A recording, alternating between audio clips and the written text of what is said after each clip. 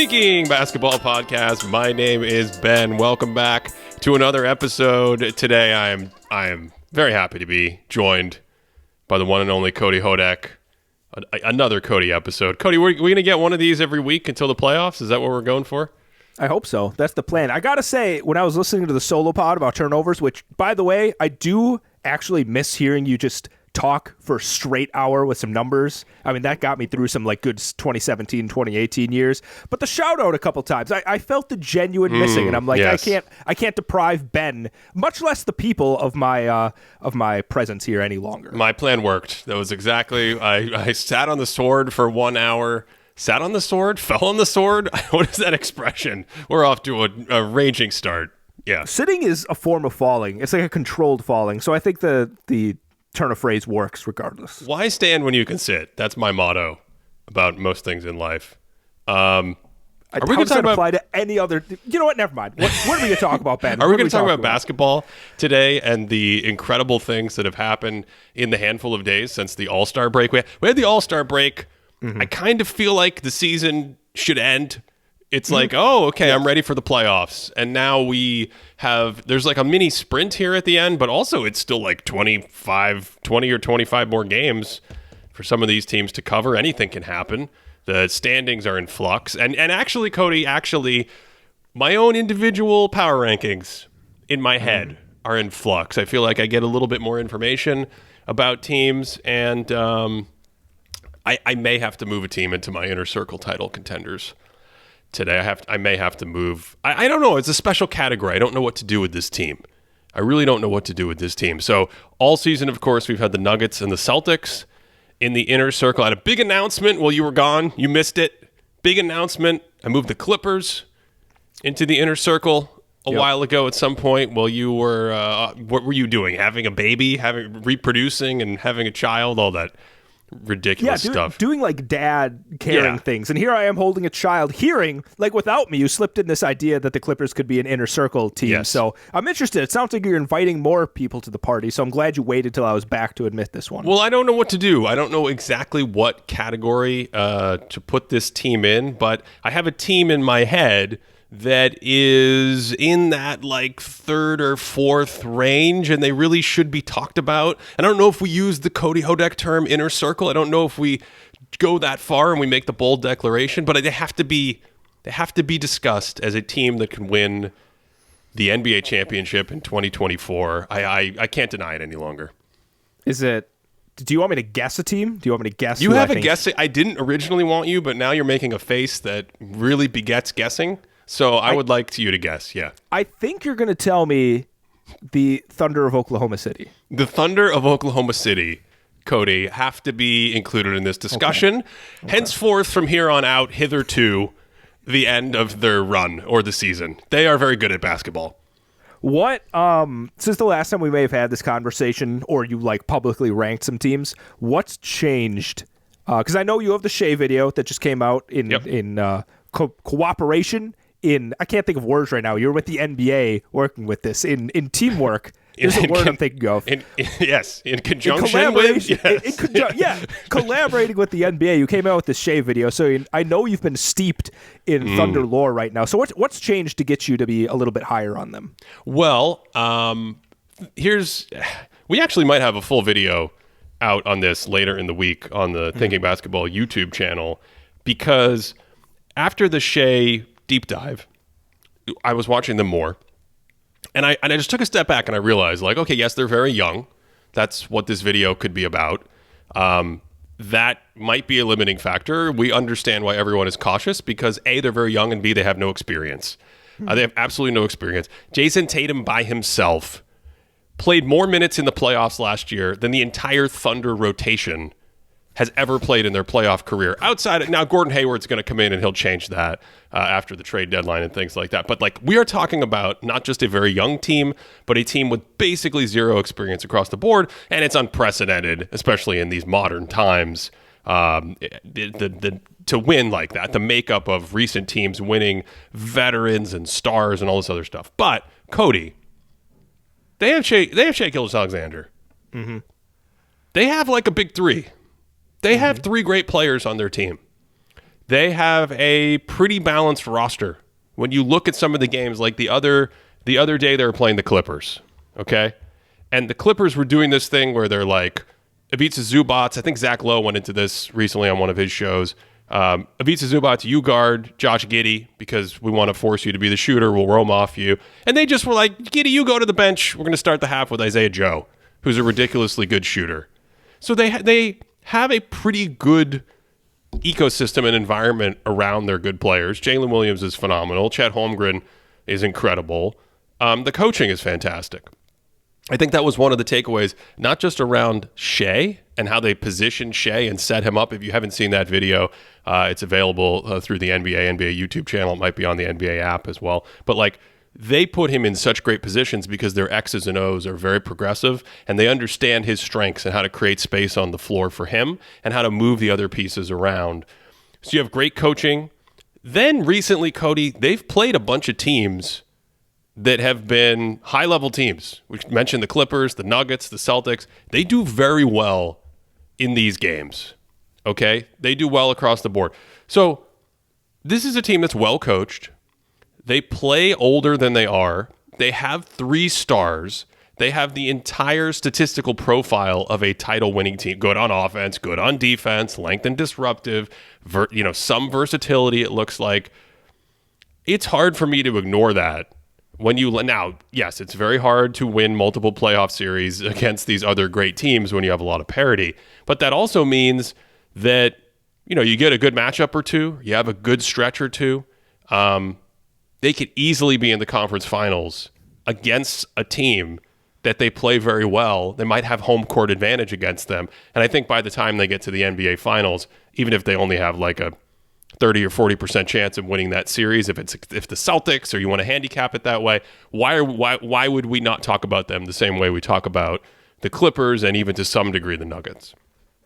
I think what's interesting about them and this season in general is that there doesn't really seem to be any teams that are like head and shoulder above everyone else. Like, I do think the Boston Celtics, I think we made the prediction at the beginning of the year that they'd be the only team that's like flirting with 60 wins. And it looks like they're pretty on pace to do that at this point. So I think they're the one team that is, in my mind, clearly better than everyone else. But there's no one else really that separated themselves as just being a world-beating team. So I think in that context and everything that you're saying right now, talent-wise, what they're doing throughout the regular season-wise, like, all of that is pointing to a team that's going to be very successful in the playoffs.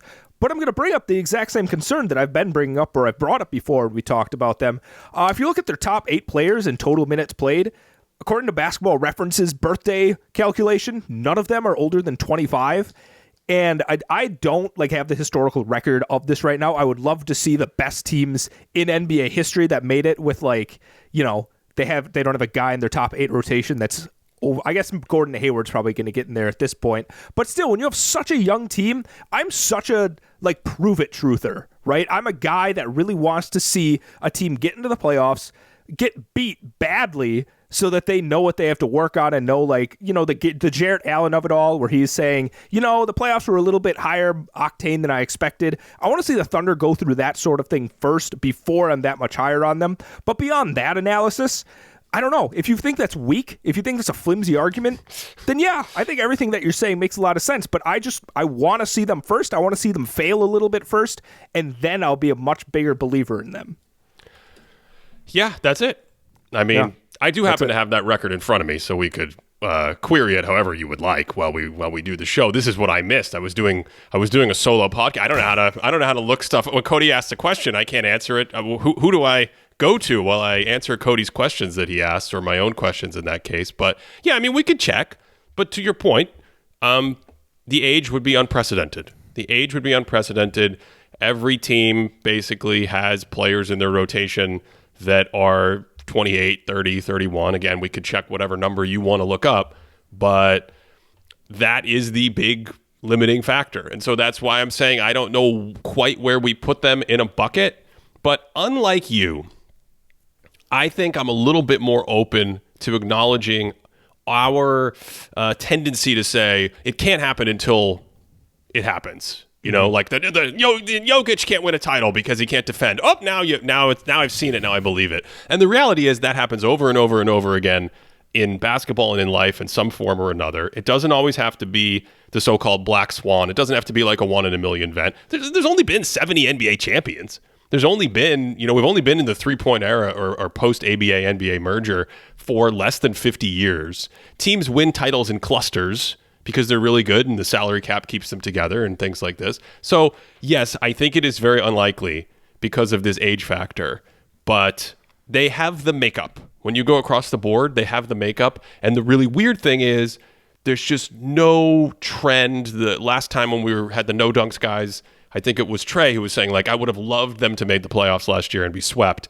just to have that step upward in the journey up the mountain, just to have like one level completed, because it's just completely unprecedented to do it any other way. But I mean, unprecedented things happen. Even you flip it on its head. Like the Mavs were really old, and no team that old had come together after many failed attempts and won a title. The 2008 Celtics, no team had immediately assembled like that through trades and free agency with so few players from the year before and won a title. So there's always going to be a first time for these kinds of things.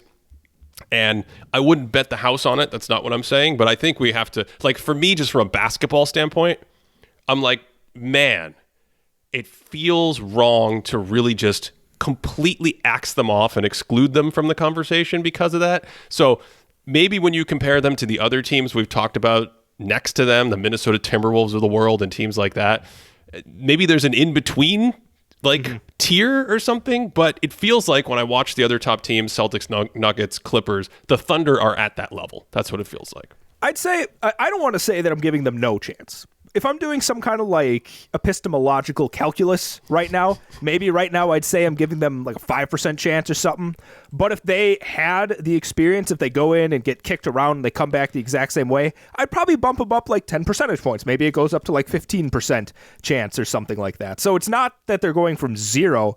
They're just, I'm taking a little bit of away and I'm not giving them some kind of boost. It's like the rookie tax that I always give to young players, the defenders and whatever else. I just kind of want to see it a little bit more before I crown them any such way. But I do think one thing that stood out to me throughout the season that's giving me a little bit more excitement about the team. Every time I watch, Ben, Jalen Williams just stands out as being so. We did the sub All-Star pod, and I know you referenced this, I think, with the no dunks guys.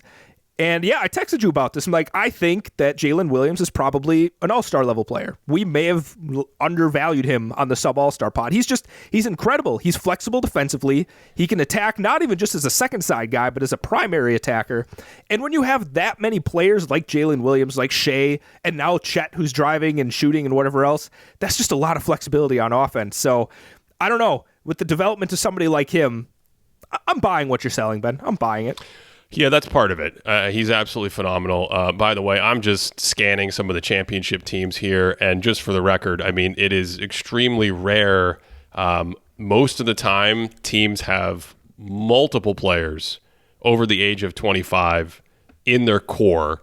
And so for the Thunder, I mean, Shea technically is over 25, but for the Thunder to have no one, again, every way you slice the age thing with them, it would be a completely unprecedented championship if they were to pull it off. But I don't know what to do with them, because when I compare them to the sort of that next tier that we've talked about, whether it's the Cavs, I want to talk about the Cavs. I want to ask you about the Cavs. The Knicks getting hot, teams making trades, the Timberwolves, are the Suns dangerous? Are the Mavs dangerous? I can't remember if I'm leaving out a team in the West, but like when you compare them, they just seem like the best basketball team of that group to me. So I don't know. This goes back to what I'm saying about not having any world-beating teams. It's kind of really fun, right? I think a lot of people want the Suns to be better. I think a lot of people want the Warriors to be better. I think people want the Lakers to be better. But the fact that all of these teams are a little bit, depressed down from what you'd expect makes it a little bit more fun. It makes it a lot more egalitarian. And honestly, it's kind of like when we went into the playoffs last year, and it's like, I don't know, maybe the Nuggets will pull it off. Maybe someone else will do it. The Miami Heat are going to make a random run. I think we're open to a a pretty fun playoff run here. And I know a lot of people have Boston at the top. I know Boston's definitely in like the heart of my inner circle right now. But am I guaranteeing a Boston championship this year? No, absolutely not. And it makes it really fun. And I'm really ready for the playoffs because I'm like, I don't think any of these teams are going to separate themselves. I don't know if I'm going to learn much more about these teams before the playoffs. At this point, we just got to toss them in and see what happens in the Hunger Games, Ben.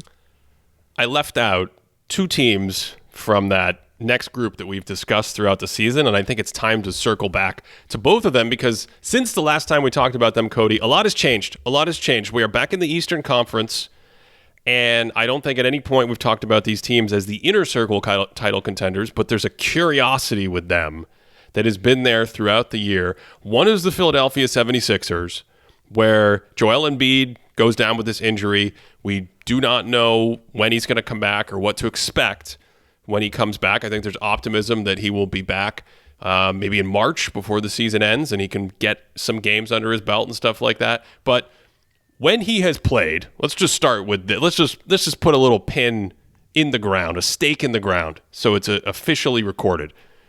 When he has played this year, the 76ers have played at like a 60-plus win pace. I think the way we were slicing it the other day, using the opponent's margin of victory and where the games were and things like that, it was like 65 or 66 win pace with him in the lineup. And with him out of the lineup, Tyrese Maxey and Tobias Harris are involved. That's what it was. It was all three of them.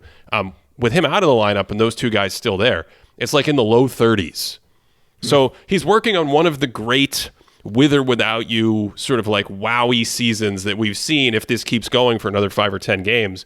And I don't know, is that a concerning sign? Is that a reflection of that the supporting cast around him when you get to brass tacks in the playoffs won't be able to withstand the quality that we've talked about with those top 3 or 4 inner circle teams? Or is that just like, no, it's a reflection of the fact that JoJo is that good right now and his scoring is that destructive that when you get in the playoffs with this different sort of style around him, with a different ecosystem, with Nick Nurse as the coach where you can play some adaptive strings, like actually if we got him back, Philly is right in that same kind of like OKC range that we were talking about before. It's just not that they're young, it's that they're new.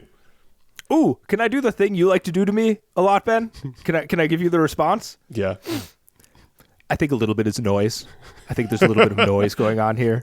But I mean, honestly, I don't necessarily think that Embiid is worth 30 wins for a team. That would literally vault him up. And who knows, maybe someone's out there saying that, yeah, this season for Embiid is literally the GOAT NBA season. So if you believe that, sure, I guess that makes sense. I don't quite subscribe to that. But I'm not trying to downplay. I think a big part of it is that how Philadelphia plays, it just revolves around what Embiid does so well. I mean, they completely changed, and I wouldn't say completely changed their offense, but they definitely supercharged their offense by putting them into that sort of like high DHO delay sort of system. That mid-range game is automatic. Even Paul Reed coming in really can't replicate that. No. And it just completely changes the way that they play basketball. So I think that beyond Embiid himself and what he brings to the team, it's just an extra amount of value that he would bring in his absence to the 76ers. Yeah, there have been a handful of other great seasons with that kind of footprint before. So yes, it is noise. Thank you, Cody, for reminding everyone of that. But also, like, there's the Paul Reed part where these minutes have not been, I mean, they're just not close. They're just not close. So there's a massive drop off, and then there's a concern to me. You know, you could at least make the argument that there's a concern that even when he is healthy in the postseason, because he's so important and there's such a big drop off, if he's like 38 minutes a night, what happens in the 10 minutes a night? You have to either go Paul Reed or like totally small ball without another backup big out there. I don't know. That's just a stake in the ground. We're just acknowledging that exists with Philadelphia. The other team I left out, Cody, is the Milwaukee Bucks. And the Milwaukee Bucks, the place to start, everyone has been skewering Doc Rivers and this coaching change. It's been a very rough start since the Doc Rivers coaching change, but I think there's other stuff going on here that extends way beyond Doc Rivers when it comes to the Bucks, and I would like to get into it with you, if you don't mind, resident Bucks homer, unbiased fan, Cody Hodek, what say you? What have you seen lately from your Milwaukee Bucks? Can I actually start with a little bit of a hot take? Please. Maybe it's an ignorant take. No, we need more hot takes around here. We got to warm it up. I don't know if the coaching change from Adrian Griffin to Doc Rivers really affected anything. I don't think it affected a thing. Okay. Yeah. Good. We're on the same page here. Yeah. Because I didn't know if people were going to show up and be, ever since Doc showed up, this is going on. No, it's the same Bucks team. I think they have the same warts. They have the same strengths. They have the same roster. They have the same questions about them. And whether or not, honestly, I'd probably say I would rather have Doc Rivers. Like if we needed the best chance to be successful, if the Bucks needed the best chance to be successful, I'd probably go with the coach that has 20 plus years of experience over the guy that's never been a head coach before, especially one he wasn't showcasing. Yeah, I'm not gonna hate on Adrian Griffin at all. Coaching an NBA team's got to be really tough for the first time, but I'd rather have the guy with experience. So if there is a plus, I don't know, it's probably negligible. Right. It's not to say that out of the three people that have coached the Bucks, this is the one that there's no change in playoff probability or something like that. There might be a minor one, but what I'm seeing right now from the Bucks is similar stuff to what we have seen before. And I mean, where do you want to start in terms of the issues that they're having? Because like on defense, it's the same stuff. They play the Heat the other day, right? Mm-hmm. They play Miami. And the Heat come out in the first quarter, and we get just the classic Heat-Bucks mismatch where they're like, hey, we're going to run you around and stretch you out, and if you're going to drop Brook Lopez, then we're going to take a ton of threes against that drop. I mean, they were like running the Duncan Robinson offense with Bam Adebayo acting as the hub and Brook Lopez just dropping, and this created problems. Then they send Brook to the bench. Giannis comes in. They're like, all right, I'm going to come out on the perimeter. And right away, two guys on the ball to Duncan Robinson. And now you put the defense in rotation. They swing it around. They get another wide open three. And, of course, the Heat are zombie streaky. Like when they're on. Nikola Jovic is like raining threes over Giannis's head and things like that. So that's on one end. And then on the other end, Miami likes to switch. They're a little more agile. And I feel like so much of the Bucks' success this season has rested on Giannis Antetokounmpo's brilliance and his speed and athleticism and agility. And if you can slowly chip away at that with a wall and the right defensive coverages, like what does that mean for the offense going forward in a season where we came in going like Dame Lillard pick and roll with Giannis? Is this going to be unstoppable? How's this going to work? So. To me, it's a similar place that they've been in, which means a ton of question marks. Let's start with the offense. I think there's been enough said about the defense. I'm not sure if we're going to say anything new or nuanced there. They do their drop defense. They don't have a lot of great defensive personnel. They're really struggling at the point of attack. They obviously don't have Drew Holiday. But I do think some of the warts offensively are a little bit more nuanced and interesting. And even though they have two very good offensive players, Giannis is having a spectacular season. Let's talk about defense for a second. If I'm DeAndre Ayton, Ben, like I might never attempt another alley-oop dunk again in the presence of Giannis. I don't know if you saw, but recently the Bucks played the Portland Trailblazers and they throw a lob to Ayton. And again, Giannis is just tractor beam. Like, I got this, laser focused, meets him at the apex of the catch and rejects him, right? I don't necessarily know. I haven't watched that closely. I haven't evaluated how close Giannis is to his Defensive Player of the Year peak, but he's still pretty fantastic defensively. And I think maybe some of the warts are showing because the other defensive personnel aren't there, and there's kind of a synergistic thing there. But he still has the motor. He's still great with his rotations. He still closes out like a madman when he needs to. He's still great at defending the rim. So I think he himself does as much as he can possibly do defensively as on the back line. And I know I just said I wasn't going to talk about defense, but what do you think? Do you think Giannis has looked like solid or close to his defensive peak this season, or no? I think he's looked plenty fine. I wouldn't say it's his regular season defensive peak because I think he's picking his spots more. I think he's a little more, the motor is a little bit more dialed back on defense, and he's not always kamikazing or things like that. But let's stick with the defense because there have been 3 coaches, and none of those coaches have found a way to get Damian Lillard or Malik Beasley to defend the perimeter or the point of attack well.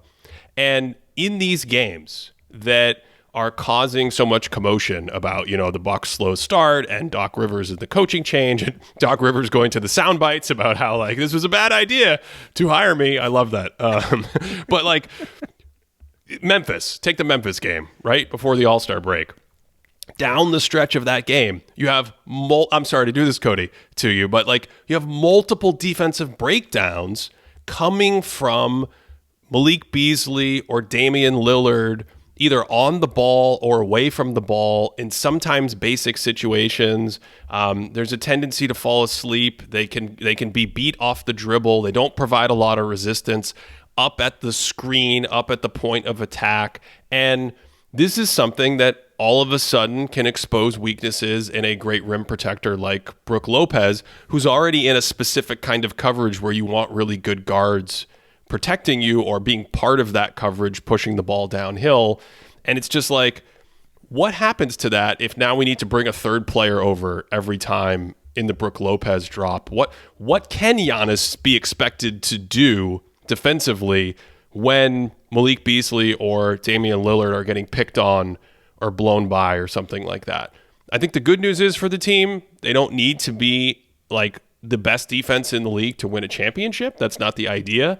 But you just don't want to see this much bleeding defensively against teams that are, not known for being good offensive teams themselves. So I don't know if there's a way to solve the point of attack issue. There just isn't. It's not even a put Giannis on them sort of thing. Because I know every year in the playoffs, they're like, why isn't Giannis guarding the best?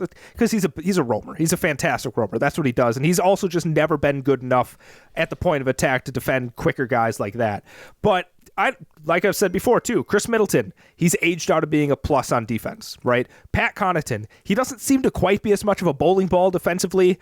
He's more of a motor defensive guy, right? He kind of bounces all over. He gives it his all. He's diving on the floor and stuff like that. He seems maybe a step slower defensively on his own.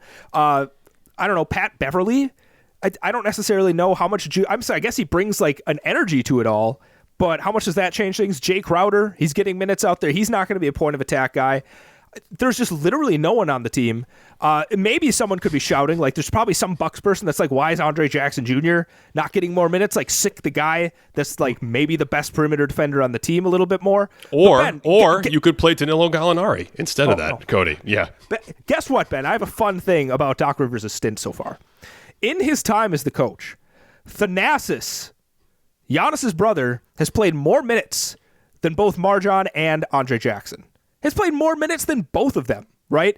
And I feel like if you have two young guys, you're in the regular season. Like I said, I don't know how much more we're learning. At least give these guys some run. If you're counting on guys like Jay Crowder, Danilo Gallinari, guys who, they're getting older. They've had their injury concerns, especially Gallinari's had his injury concerns. How about we give some of these young guys some run so that we can see what they're able to do when the playoffs come around? I don't know. I feel like for a team that just feels old when you watch them, you need to insert a little bit of youth and energy onto what they're doing, especially defensively. So I don't know. That is one personnel issue I would like to see changed a little bit more because I just don't think the Bucks can rely on a lot of these vets that they've been getting.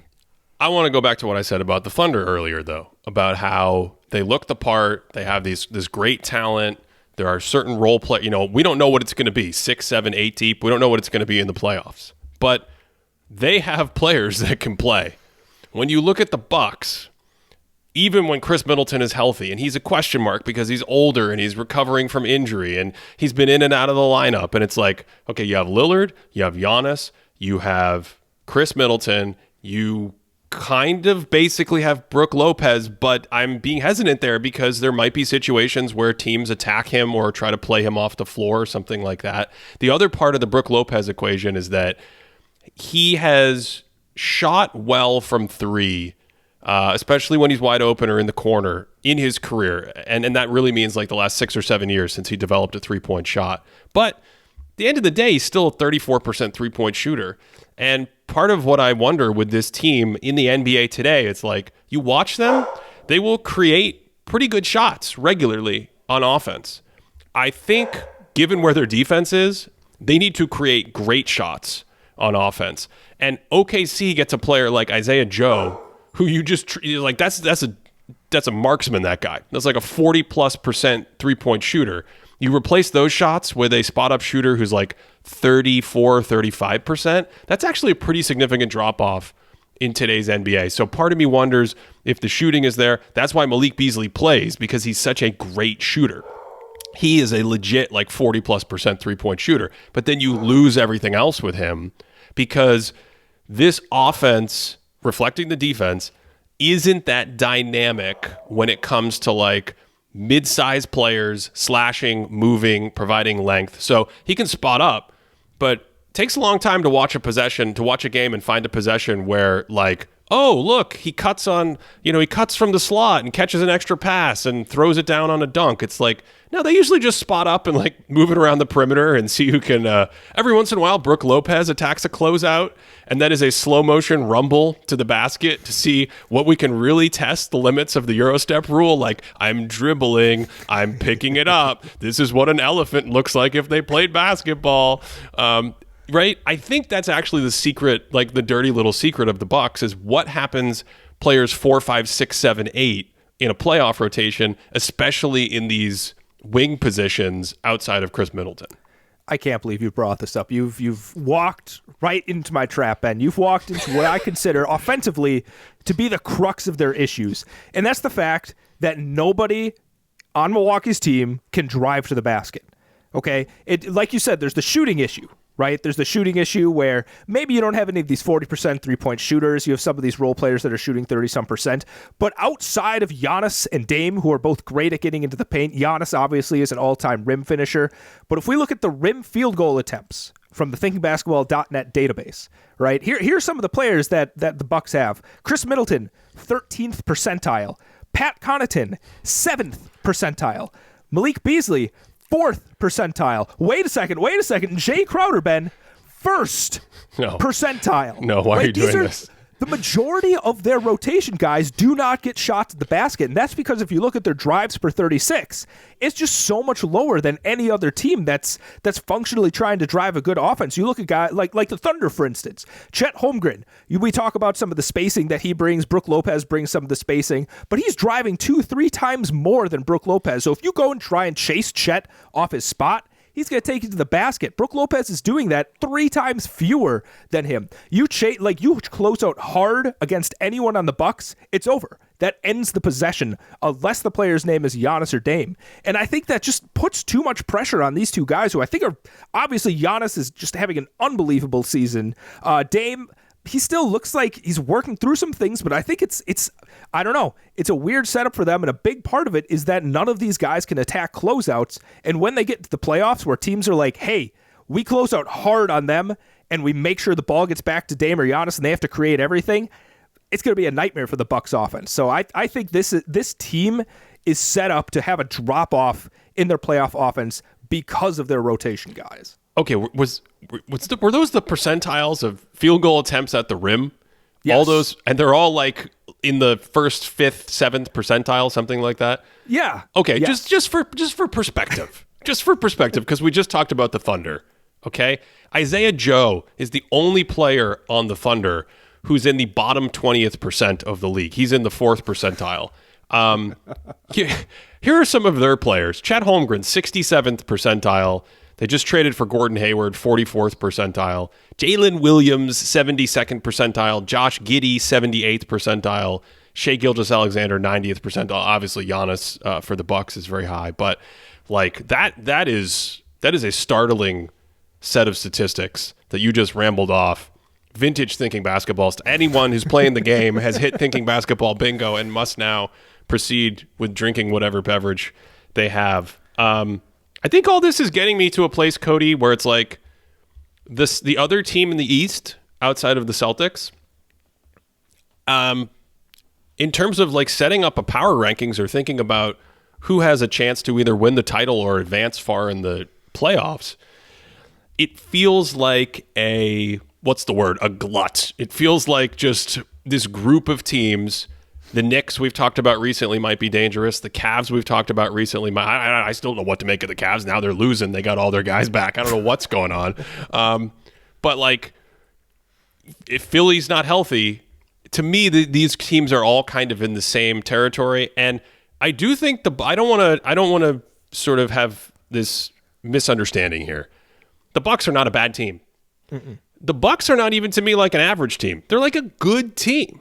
But when we talk about the top 3, 4, 6, 7 teams in the league, if you can't clearly succeed on offense or defense, or you have these kinds of weaknesses that look like they can be kind of exploited in the postseason, it's hard for me to really say, like, yeah, if Embiid's injured, I'm going to pencil in the Bucks in the Eastern Conference Finals as a team to give the Celtics a run for the money, or something like that. I don't think that's quite the way I see the Eastern Conference. I think it's going to be wild. Yeah. I'm also looking at the East standings, right? We're going to put Boston aside. So if Milwaukee wants to make a deep playoff run, could I see them beating Cleveland in a playoff series? Yeah. Yep. Could I see them beating the Knicks in a playoff series? Yeah. Yep. Could I see them beating, an Embiid-less / sort of injured Embiid 76ers in the playoffs? That team that team would struggle with anyone, I think. Yeah. Yeah. Yes. Can I see them beating Indiana? Yeah. So all of a sudden you run down the list. Don't you dare say it. Don't you dare say it. No. This is my point, though. This is my point. You can see them beating Indiana instead of like pencil that one through. Because Indiana is a matchup nightmare for them, and you could very easily see some slippery situation where it's like, why are the Pacers up 2-1 against the Bucks in the first round or whatever's happening? And that, to me, isn't just a specific quirk. I think it's actually reflective of the quality of how I'm seeing this team right now. And that's what's so annoying is, we might also have an Eastern Conference Finals matchup between Boston and Milwaukee, and everyone's like, oh, you two hated on Milwaukee so much during the season. Well, you did. Yeah, no, you did that. That wasn't me. That was all you. Did you know Basketball Reference's playoff probabilities? Have you looked at these numbers before? Yeah. They have Boston at 49.7% to win the finals. 50% chance the Celtics win the finals. I don't know if I'd ever give a team a 50% chance to win the finals. That's a big number, Ben. The second highest team actually is your new favorite team, the Thunder, 19% to win the finals. I'm not sure if I'm buying the Celtics that much, but I do agree with the Celtics being, the highest of any of those teams. But that's a simple model. I think that's just mostly based on how great their point differential and very basic stuff is like that. And the Celtics point differential is fantastic, and the Celtics are 45-12 and whatnot. Have you looked at like the MVP? Basketball Reference has an MVP tracker where they use a handful of simple inputs to try to kind of figure out historically who would be winning the MVP. The model they use doesn't know a ton about narratives and things like that, or what city you play in, which is what I want to ask you about. But have you looked at this? I just pulled it up right now. So sorry if you were going to quiz me, but I'm looking at it now. Do you remember the latest Tim Bontemps straw poll at ESPN? Who if we're voting for the MVP today, have you looked at any of the probabilities or the betting markets on MVP and things like that? Nope, I haven't. Okay. Let's read it. How about that? I love this. Oh, please. Yeah. Let's just name some names. I have a question. I have a question for you. Nikola Jokic still leads it at first. Yep. Shai Gilgeous-Alexander is second for the Thunder. Again, like a guy who might win the MVP, historically, that means you might be in the championship conversation. Number 3, Giannis Antetokounmpo from your Bucks. That's an interesting one to me because I don't think the Bucks are actually that impressive, but it's almost like he when you watch them, he feels like he's doing a carry job. That's what it feels like. Yeah, it feels like he's doing everything out there. He's kind of playing out of his mind. Number 4, Luka Doncic of the Mavs. Number 5 they're coming on. Number 5, Kawhi Leonard. Number 6, Jason Tatum. Number 7, Jalen Brunson. Number 8, Donovan Mitchell. 9, Anthony Edwards, and 10, Kevin Durant. That's Bontemps' straw poll? That's the straw poll of, doesn't he ask like 100 media members or something? Interesting. Yeah. Okay. Yeah. Now, for anyone who hasn't listened to me and Cody before wax poetic about, we don't know what the MVP is or what it means, and we don't have strong opinions about who to vote for and things like that. There's all kinds of different criteria, but we often talk about MVP level players and guys who might be softer MVP level players and all NBA players, and how the narrative can put you in a position to, win an award or finish very highly in an award. So first, I want to give you a chance to react to that. But then second, I have a specific question, and it ties back into our Eastern Conference discussion. I'm going to be honest with you. I'm having a tough time because I'm looking at the basketball reference list, and I'm getting them confused at the moment. So which list do you want me to react to, Tim? Either one. It doesn't matter. Yeah. I think, first of all, I came across, on the I'm not going to comment negatively or positively about any sites, but sometimes Twitter gives me something interesting. There's a meme from Everything Everywhere All at Once, and it's Wayman's character, and the top half says, "In another life," and at the bottom it says, "I would have really liked just rattling off the names of random athletes with you." And I got to say, I immediately thought about being on this podcast. Like, this is the best. We're just rattling off MVP candidates. This is exactly what we need to be doing. I don't know. I feel like you want me to have some kind of reaction to this, but I'm looking at it and I'm like, I'm captain. I'm not sure what MVP is, right? Yes. Every time I see it, I'm like, everyone can make some kind of an argument about whatever they want. I'm not really sure. Okay, I'm going to ask you. Nikola Jokic is number one. I'm going to ask you my question. I've teed it up long enough. Okay. Yeah. Here's my question. Yep. If Donovan Mitchell played in New York and the Cleveland Cavaliers played in New York, so you see what I'm saying? It's the same team. You take the Cavs team, you take Jared Allen there, you put all the injuries that they've had there, you took the massive run that they've had there. You have them second in the standings. They're 37-19. Mitchell's played out of his mind in the last month or change or whatever, 2 months maybe, whatever it is up to. Where would he be in MVP voting? That's my question for you. Wow. Where's Jalen Brunson on the list? On the straw poll, Brunson is 7th and Mitchell is 8th. Oh, my God. And if you're new around here, Cody and I love Jalen Brunson. We've been doing Jalen Brunson Hour for years. I did a YouTube video, 5 thoughts on Jalen Brunson in like 2019. So this is not an anti-Jalen Brunson thing in the slightest. But like that jumped out to me that so much, when you have the parity we have right now, so much of the voting, we saw this around All-Star, is like going down the standings and being like, okay, that team's first. Do they have an MVP? Where's their MVP? Okay, the Celtics are actually really, really good, so I'm going to move Tatum down a little bit because the team is so good. Who's at the top of the West? Okay, that's Shea, and that's Jokic. Like, that defaulting to that rubric, which has always been there, feels like when there's a lot of chaos, it feels like people default even more. And yet, with the little team by the lake, the Cleveland Cavaliers, they have a guy who, again, when you go to our site, we go to thinkingbasketball.net for Patreon subscribers, our deluxe members, and you pull up the player cards for Jalen Brunson and Donovan Mitchell. Donovan Mitchell just looks slightly better across the board. He just looks like a better version almost across the board at everything. I don't think that's a crazy thing to say as players, even if you think they're in similar groups. Like Mitchell's pedigree at that standing of all NBA play is a little bit more established. And the team, as an example, the Knicks, when Jalen Brunson's on the court, are +7. That's good. That's in the 82nd percentile. When Mitchell's on the court, they're +11. That's in the 96th percentile.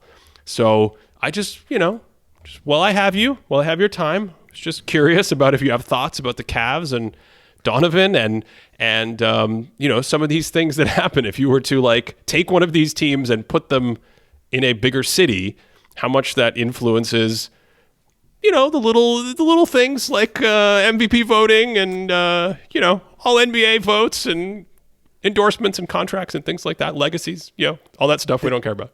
I love this. I don't get in a narrative talk with you much. This is excellent. But I do even when you watch them, I really enjoy watching the Knicks. I really like Jalen Brunson.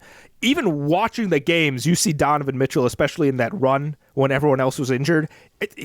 In my mind, it looked like he was on another level. Right, this is a guy that was just a terror getting to the basket, setting people up. The shooting was off the charts. It feels weird that people didn't get really excited about that run. Right, that's what I'm saying. I forgot who you had on that pod episode a couple of weeks ago. It's very strange that people didn't coalesce around it. It's almost like when Embiid got injured, everyone's minds just broke. And they're like, I don't know who to vote for MVP at this point anymore. That's just a Luka Doncic. He's good. Shea, put him up. Jalen Brunson. He gets it. Like, everyone forgot what to evaluate. So I think you're onto something here. I do. I don't know how it affects other players. Like, where's Tyrese Halliburton on that list, for instance? I think he was 11th on the straw poll. Now, remember, not only are this is my thing, like, not only are the Pacers record-wise way down, right? You're doing the rubric where you're like going down you're like, okay, wait a second, Indiana's like 7th or 8th, but he also missed time. So you've got the double whammy of like losing your momentum, missing time. They make a kind of a splashy trade for Siakam. They haven't played together. I think earlier in the year he was higher. I actually believe we read that earlier in the year. He was higher. Yeah. I think so. Yeah. I think go ahead. By the end here, Ben, I wouldn't be surprised if this is a dark horse Luka Doncic MVP year. Oh my! We've drawn it out of him, ladies and gentlemen. This is amazing. I think we might be heading towards that right now. Like with the new look Mavs, which I hope we talk about at some point. The way he's playing, the success that they have, some of the turnaround with the stats that I was questioning. So that one Twitter account that just like retweets me as a clown every time that you'd see anything about Luka Doncic, you can calm down. I think he's a very good player. No, he's still going to get you on this one, I think. He's still going to. It's like, you don't actually think he's the GOAT. I don't know. I would not be surprised if things turn around and Luka becomes the MVP by the end. You know, the last 45 minutes were good. I enjoyed them. I was like, I like this 45 minutes. This has been fun sitting around in another life talking about MVP candidates. But then you made this take right now. You made this sentence come out of your mouth about Luka dark horse backdooring the MVP in the last 6 weeks of the season. And now I think this has been one of the great 45 minutes of my life. This is spectacular. In the last month. Okay? In the last month.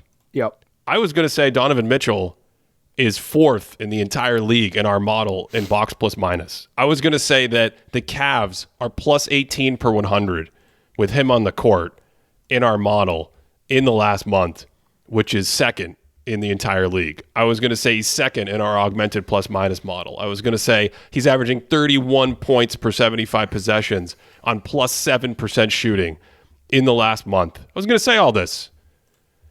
But you mentioned Luka Doncic. He's first in all these categories. He has the best box plus minus in our model in the last month. He's averaging 34 points per 75 on plus 9% true shooting. And when you do that, that makes you first in our model that evaluates scoring value and first in our model that evaluates playmaking value, the rare double-double that only the all-time great players can pull off. It's a hot month or two. You bring this up all the time, Cody, because you just like him so much. Luka's on-off in the last month when he goes to the bench versus when he's in the game. The Mavs are 27 points better per 100 when he's on the court. He's absolutely cooking. And I bring this up to say I'm steering the ship. I have to turn course now that you've made... I was going to talk about Mitchell, but now I have to change my mind here. I'm bringing all this up to say it's February 26th. He's got like 6 or 7 more weeks left. He's been going like this, I actually think a little bit more than a month. I just have a month queried up in front of me. You play like that in the final like 2.5, 3 months of the season, you get that recency bias effect where it's the last thing you leave in the impressionable minds of the voters. And if the Mavs could make a little movement in the standings, I don't know how much movement they need because of all this chaos and parity. We're gonna have to come back and we're gonna have to circle back on this. Is there another straw poll, or is that it? Was that the last straw poll of the season? I don't know. I didn't even know that he was doing it right now. So I don't know anything about it. You didn't know that Luka was doing it, that he's first in our offensive box plus minus, or that you didn't know that the straw poll was taking place? I didn't know the straw poll was taking place. I thought it was like once a year. Or That's fine. Like that. That's totally fine. You're a father. You're not expected to keep track of anything going on anymore in the world. I gotta say though, if we're talking about like style right now, your attire right now, I can't tell if it's like father reading like, you know, the Divine Comedy to a child with that cardigan, the layering going on. This is incredible, like mahogany bookshelf sort of vibe. Like, you know, I don't know what else to say. I don't know if you're Ivory Tower or giving me like dad vibes. With that. What's happening? Are we doing some kind of Saiyan morph dance right now? You're wood paneling and are you saying that you're going to read to your child, your daughter? It's going to be Dante's Inferno all night. Is that what did I hear that? Sweetheart, in the third circle of hell, the usurers. Let me explain what they do. Oh my God! I don't know who's in the ninth circle. The Pistons are probably in the ninth circle of hell. Do you have any other inner circle teams that you want to bring up? Is there any other team that you think is making an interesting run right now? No, I think that's where my head is at. I think the celestial bodies are separating and coalescing, and that's why I'm like, something must be done with Oklahoma City. Mm-hmm. And when you look at everyone else, still haven't figured out exactly what to do with Phoenix, but not putting Phoenix up there. Mm-hmm. The Pelicans are great talent. We've talked about them a ton, but not putting them up there. A team we could talk about next time, or certainly in this month, depending on what happens, is the Warriors. They're very interesting, but I'm not putting them up there. So yeah, I kind of have like my inner circle, and then I've got this group of teams that I think is good, but I'm not sure. Like maybe next time, I don't know if we'll do this before the season ends, but I mean, maybe the question is like, how many other teams could you see winning a title outside of like 1 in a 1,000 flukiness or something like that? I almost think the answer is more than like 2 or 3. I think there's actually a good amount of teams I could actually see winning the title. Like who? Let's see. Let's hear some names. Well, okay. Could I see the Thunder winning the title this year? They're we already have them in the. Listen, yes. I'm just running through it. I'm talking to myself. Okay. This is me monologuing to myself. Okay, right? I'll shut up. I'll get out of the way. This is my soliloquy right now. Okay. Yeah. So if this ends with the Orlando Magic winning the title, this is just going to be the best podcast ever. Could I see the Magic winning in my heart? They already have been in my heart. Well, if Jonathan Isaac were to play more. Well, he just got injured, so their title hopes are over. Don't stop it. Stop it. All right. Thunder, yes. Minnesota Timberwolves. Wow, when I say it out loud, I get a little bit nervous about that one. So we're going to table the Timberwolves right now. The Nuggets, yes. The Clippers, yes. The Pelicans, probably not. I don't see them winning. The Kings, no. Ben, the Mavericks. Yeah. I could see the Dallas Mavericks winning the title. Whoa! I could see the Mavericks winning the title. Wow! So that's a couple already in the West. Could I see the Suns? Wait, you've added one team. You've added the Mavericks. Yeah. Okay. In this separate, non-linear, sideways, tangential tier that we're creating called in a non-1 in 1,000 world, will this team win a title? You've got I want to talk about this before we go. You got the Mavs in there. Who else? The Suns? Okay. Did you put the Suns in there? I'm not sure yet. They're in my Timberwolves. Yes. They're in my Timberwolves category where I need a little bit more. Yes. I do think the East is tougher though, because in my mind I always have to ask myself, is this team going to beat the Celtics? So I'm looking at like the Cavaliers, for instance. I kind of want to put them in the Timberwolves section. The Bucks, the Knicks, probably not. The 76ers, I guess, if Embiid's back, sure. Okay, so maybe there's fewer teams in the East. Probably not many teams in the East, but I think the West has a few actual teams I wouldn't be surprised about. So did I miss one? We got Dallas and Philadelphia with Embiid back. Is that everything we got? I think so, yeah. Oh,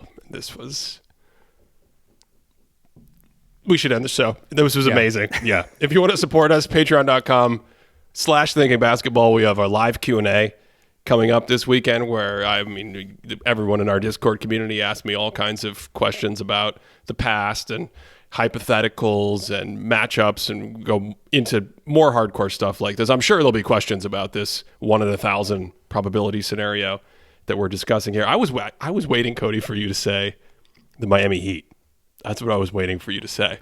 I don't know. I don't feel the vibes last year. Last year I got excited about them around this time, and I don't feel it right now. You did. That's true. You actually, you basically called that before it happened. Like at the end of the year, you're like, Ben, you know who you need to watch out for? You need to watch out for the zombie Heat. They will not lose. It's incredible. Patreon.com/thinkingbasketball. You can support us over there. We've got the Shade Gilgeous-Alexander video for the NBA. That was a lot of fun to do. Hopefully we'll get to some Thunder stuff this week on the main channel. And yeah, that's it. You got anything else to add? If I were to submit a question I'm going to give the Discord a question, but I think it's a pretty basic thought experiment. If every single player in the NBA was reverted back to their prime, what would the power rankings be? I hope somebody takes that and runs with it, because I'd be interested in your response. You mean this season? Yep. Yeah. Everyone's just in their prime again. Yeah. Thanks for giving me homework to do for next week, Cody. I appreciate that. Thanks, as always, for listening all the way through on this one. And, of course, wherever you've been enjoying this crazy NBA season, I hope you're having a great day.